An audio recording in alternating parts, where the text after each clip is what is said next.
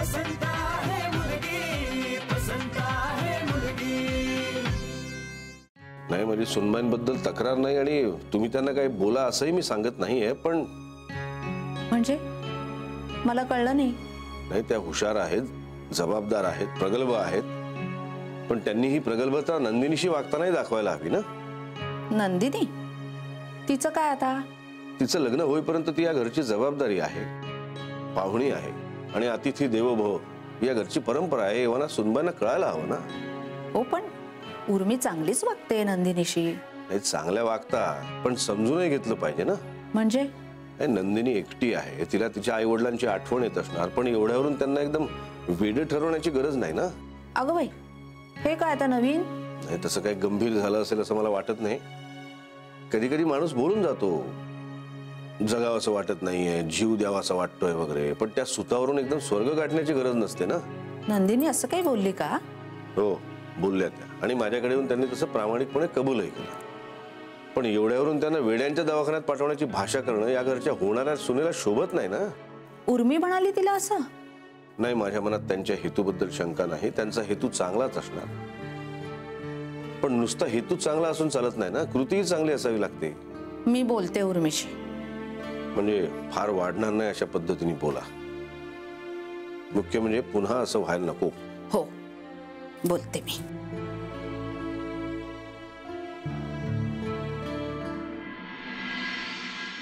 माई काय करताय? गोडाचा शिरा करते।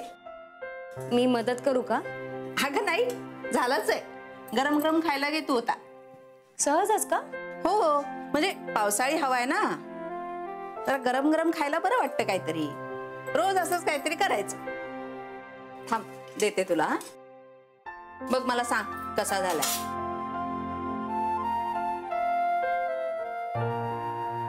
बघ माई नैवेद्याचा असेल ना? अगं नाही, असाच बनवलाय। मग दादांना द्या की। त्यांना द्यायचाच आहे, पण त्याच्या आधी मुद्दाम तुला दिलाय, चव बघून सांग मला कसा झालाय। तुम्ही केल्या म्हणजे छानच झालेला असणार। अगं पण सांग तरी। बर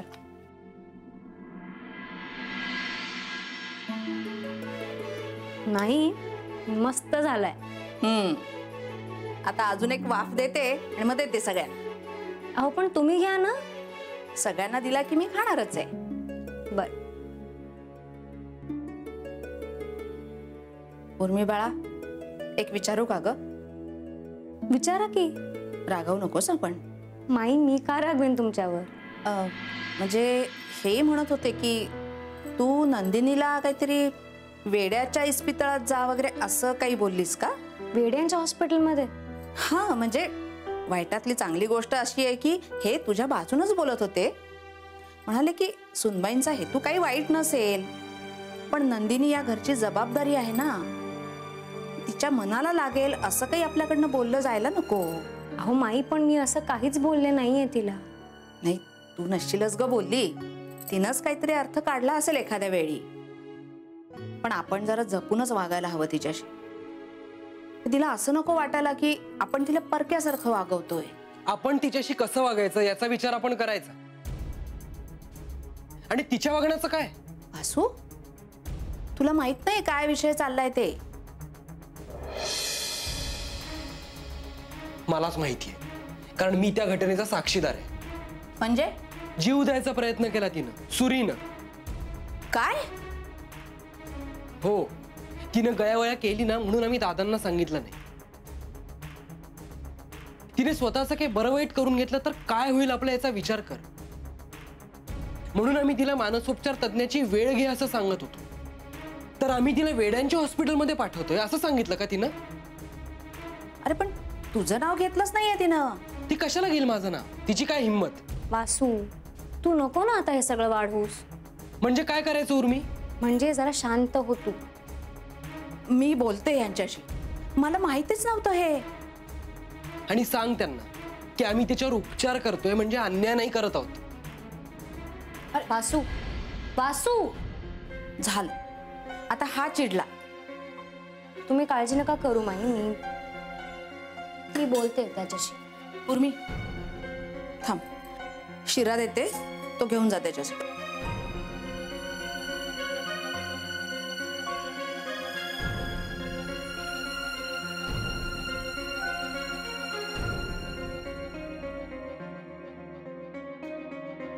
आणि ऐक, शिरा देऊन लगेच ये हो. अजून या घरासाठी तुम्ही नवरा बायको नाही आहात.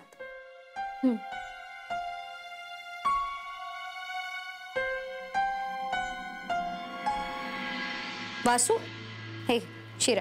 नकोय मला. अरे माझ्यावर कशाला चिडतोयस? तुझ्यावर नाही चिडते मी. वासू, हे जे काय घरात चाललंय ना त्याचा राग येतोय मला.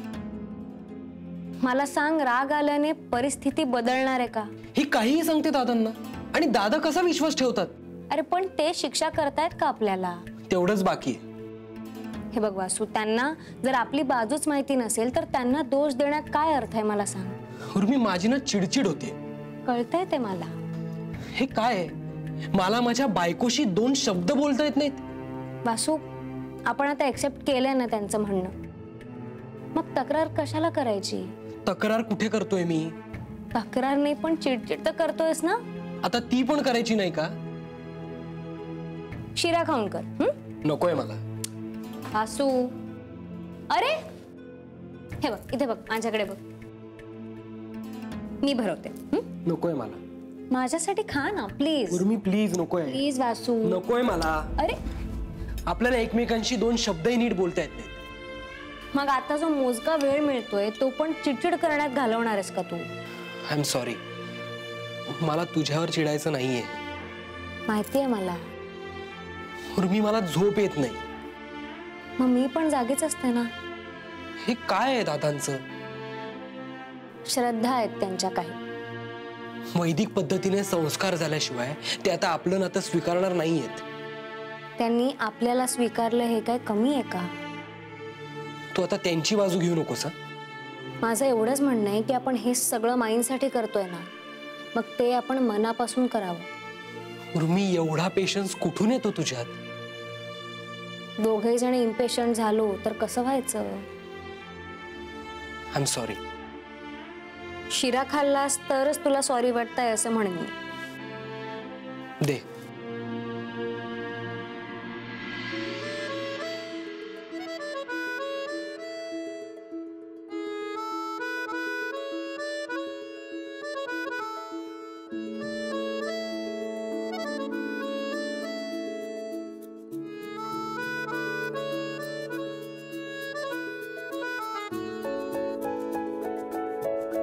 बरं, तुझ्या त्या बाबांच्या नंबरचं काय करायचंय? खोटा नंबर देऊयात का आपण? त्याने काय होणार आहे? खरा नंबर दिला तर काय होणार आहे माहितीये ना? हो, पण म्हणून खोटा नंबर देऊन काय साध्य करणार आपण? वासू, तू इथे? दादा, मी ते शिरा. पुनर्वसू, मनोनिग्रह हवा. दादांना चालणार नाही हे. काय? अरे, शास्त्रानुसार तुम्ही पती पत्नी नाही झालात अजून. तूच बोलायचं बाकी होतंस आता. म्हणून दादा म्हणतात उर्मीला माहेरे पाठवायला हवंय म्हणून. उर्मी, तू मला नंबर देणार होतीस ना? हा, मी तो तो नंबर बदलणार आहेत. हा, मग जुना नंबर दे ना. नवीन देतो ना उद्या. दादा मला विचारतील पुनर्वसू. मी उद्या नक्की देतो. नक्की? हो. हा, ठीक आहे.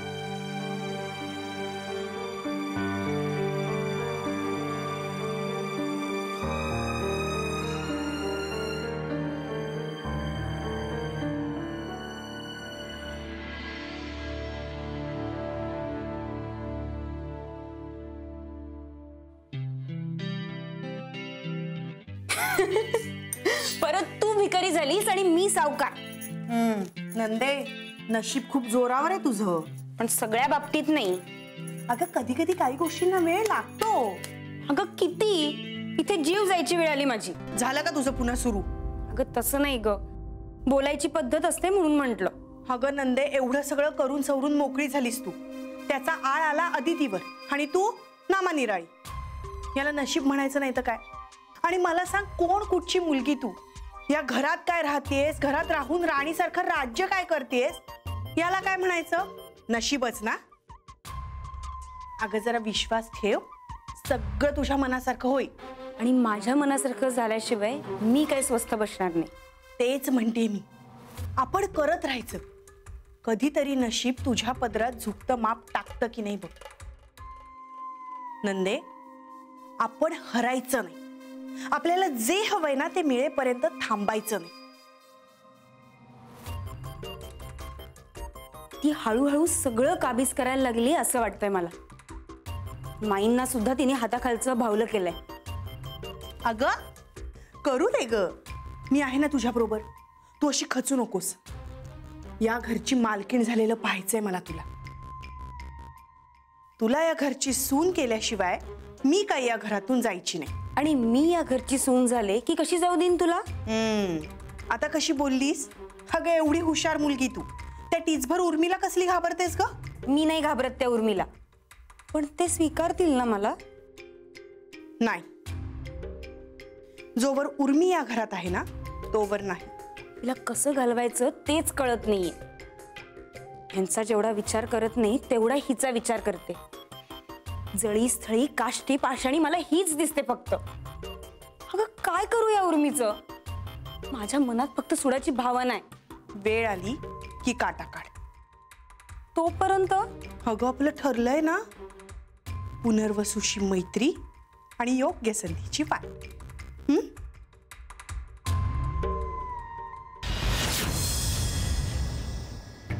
काय? हो, पुनर्वसूनं स्वतःच्या डोळ्यांनी पाहिलं म्हणे. बापरे, नाही माझा विश्वास बसत नाही त्यांनी असं काही केलं असेल यावर. त्याशिवाय तो सांगेल का असं? नाही बरोबर आहे, पुनर्वसू काही खोटं बोलणार नाहीत. कारण दोघांना समोर समोर आणून मी खरं खोटं करू शकतो याची कल्पना आहे ना त्यांना. त्यांनी फक्त उपचाराचा सल्ला दिला. नंदिनीने असं एकतर्फी सांगायला नको होतं मला. मला बाई वाटतं तुम्ही आता तिला जाब बीप विचारत बसू नका. नाही, विषय नाजूक आहे, कल्पना आहे मला. हो ना, म्हणजे खरंच तिच्या असं काही मनात असेल तर कसं होणार हो? उद्या लोकांची घरी जाणार ही मुलगी. नाही, तुम्ही नका काळजी करू, मी बोलतो त्यांच्याशी. समजावून सांगितलं म्हणजे पटेल त्यांना. मी मागे त्यांना म्हणालो होतो जरा देवाच्या कामात लक्ष घाला, मन गुंतून राहील आणि महाराजांची सेवा होईल हातून. होईल होईल, सगळं ठीक होईल. असं झालं तर बरं होईल बाई. नाही, आणि प्रकरण फारच गंभीर वाटलं तर आत्याबाईंच्या कानावर घालू. शेवटी काय आपल्या परीने आपण प्रयत्न करायचे. महाराजांच्या मनात आहे तसंच होणार.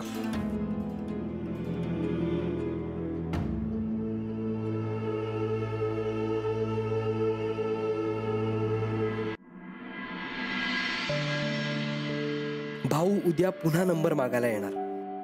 काय सांगायचं त्याला? आता नंबर तर द्यावा लागणार, पण खरा नंबर दिला तर कल्याण.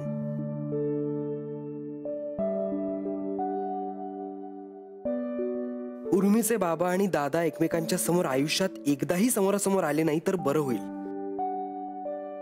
पण नंबर दिला नाही तर दादांना संशय येईल. कुठला तरी तोतया नंबर द्यायचा आणि कोणाला तरी उर्मीचे बाबा म्हणून बोलायला लावायचं. आणि दादांनी आमंत्रण दिलंय पण यायला जमणार नाही असं नम्रपणे सांगायला लावायचं. हे लग्न एकदाच पार पडलं की मग बघू, पण हे सगळं उर्मीशी बोललं पाहिजे. मी हे असं काही केलं आणि उर्मीनं नेमका बाबांचा नंबर दिला की झाली का पंचायत? काय करावं? आणि आता ही गुहेत जाऊन बसली. हो, ही दादांची खोली म्हणजे गुहाच आहे. दादा मेडिटेशनला बसतात पण माई समोर काही बोलण्याची सोय नाहीये. ती लगेच दादांना सांगते. आज तरी उर्मीनं तिचा फोन सायलेंटवर ठेवलेला असला म्हणजे झालं.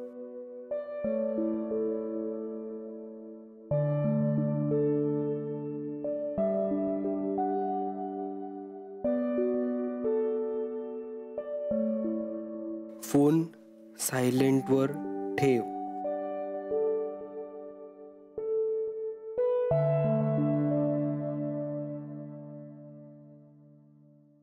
जेवणाचे पदार्थही ठरवले पाहिजेत. फोन सायलेंटवर ठेव. ठेवला आहे. ठेवलाय. नाही, आपल्याला वाटतं पण भराभर वेळ निघून जातो आणि मग ऐन वेळी पुन्हा धावपळत सगळी. रामचंद्रला हेही सांगायचंय त्या मंडपवाल्याशी बोलून घे म्हणून, त्याचाही कधी पत्ता नसतो. फुलंवाला गुरुजी सगळ्यांना सांगायला हवा वेळेवर. नाही पण त्याआधी ते पत्रिकेचं बघितलं पाहिजे बाई. बाहेर ये ना. आधी तिच्या सासरच्यांना सगळ्यांना बोलवायला हवं, कुमुदच्या माहेरच्यांना. तर गावातलंच म्हटलं तरी 1000 माणूस तरी नक्की होईल. या पिढीतलं शेवटचं कार्य ना, झाडून सगळी माणसं येणार बघ.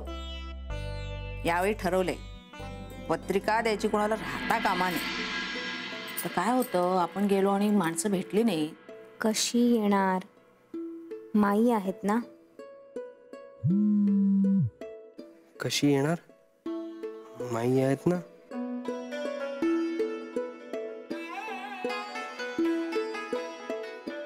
काहीतरी थाप मार.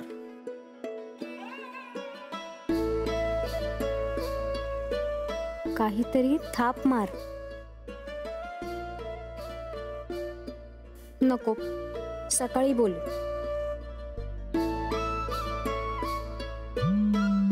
नको, सकाळी बोलू. महत्वाचं आहे.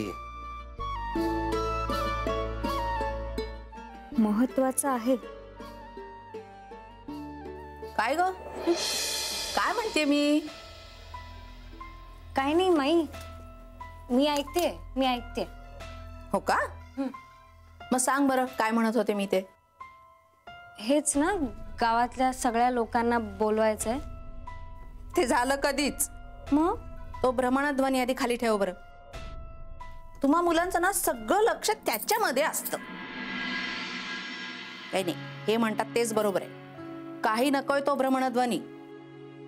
म्हणजे समोर उभे असलेल्या माणसाशी बोलत नाही तुम्ही आणि लांब कुणाशी तरी त्या यंत्रावर. असं नाहीये माई, सॉरी. काय बोलत होतात तुम्ही? अगं मी विचारत होते, तुझ्या बाबांचा दूरध्वनी क्रमांक दिला का रामचंद्रला? अगं त्यांचा पण विचार घेतला पाहिजे ना या सगळ्यात. आपलंच घोडं पुढे दामटून कसं चालेल? त्यांच्याशी बोललं पाहिजे. अगं बाई, एवढ्या रात्री कोण आले ते? दादा? ते कुठले येत आहेत? ध्यान लावून बसलेत ना ते. रात्रभर? हो, रात्रभर. आले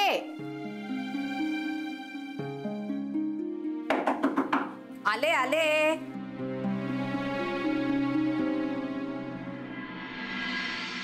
काय रे पुनर्वसू? काय नाही, असंच. असंच काय? तुला काही त्रास नाही होते ना? छे बाई, मला आता कसला आलाय त्रास? म्हणजे बीपीचा वगैरे? काही नाही, मी आता अगदी ठीक आहे. उर्मी झोपली आहे का? झोपते. तिच्याशी जरा बोलायचं होतं. एवढ्या रात्री? हो, खूप महत्वाचं आहे. नाही या पुनर्वसू. माई प्लीज. तू असं करायला लागलास ना तर उद्याच्या उद्या तिला माहेरी पाठवायला लागेल आपल्याला. नाही नाही नाही नाही. अगं पण नुसतं बोललं तर काय झालं माई? अरे आता ह्यांच्या म्हणण्यानुसार करतोय ना आपण सगळं, तर आता होऊन जाऊ देत. तू आता मध्ये खोडा घालू नकोस. पण मला उर्मीशी बोलायचंय. अरे मग विचार ना इथूनच काय विचारायचं ते. माई, विचार. माझा चार्जर कुठे?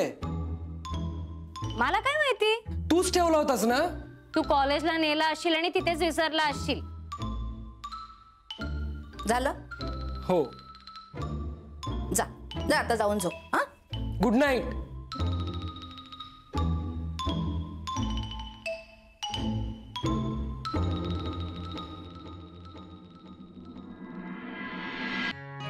गुड नाईट वासू. हे बघ, त्याला असं आरेजारे करायचं नाही आता. आहो जाहो करायचं. आणि असं नाव तोडलेलंही आवडत नाही आपल्याकडे. तशी पद्धत नाही. ह्यानी ऐकलं ना तर तुझ्या आधी मलाच रागवतील हे. असू दे ग माई, त्याला काय झालं? अरे तू काय करतोयस अजून इथे? जा जाऊन झोप. अगं माई, सवय तिला तशी. सवय बदलावी लागेल. आणि एवढं काही सवयीचा गुलाम व्हायला नकोय. हे पण मी काय अरे म्हणतोय तू काय करतोस की- इथे? चल अगं, तू जा, मला झोप झोप आधी. नाही. जा अगं, तू झोप. पुनर्वसू जा.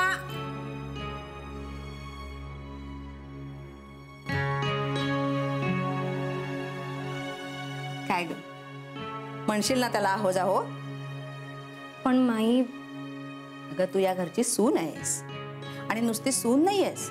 मठाधिपतीण झाल्यावर तुला या घरचा आणि मठाचा सगळा कारभार सांभाळायचा आहे. उद्या पुनर्वसू मठाधिपती झाला की 4 लोकांसमोर त्याला असं आरेजारे करणं बरं नाही दिसणार. लोक नावं ठेवतील आणि या घरचे रीतिरिवाज परंपरा यानुसार तुला बदलावं लागेल. अगं आता माझे किती दिवस राहिलेत. एकदा तुझ्यावर सगळं सोपवलं की मी सुखानं मरायला मोकळी. माई आता मरणाच्या गोष्टी का करताय? अगं मी आपलं सांगितलं. बरं मी म्हणेन त्यांना आहो जाहो.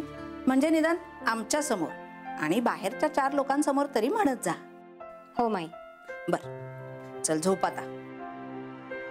मी झोपते. राहिलेली यादी उद्या करीन आता.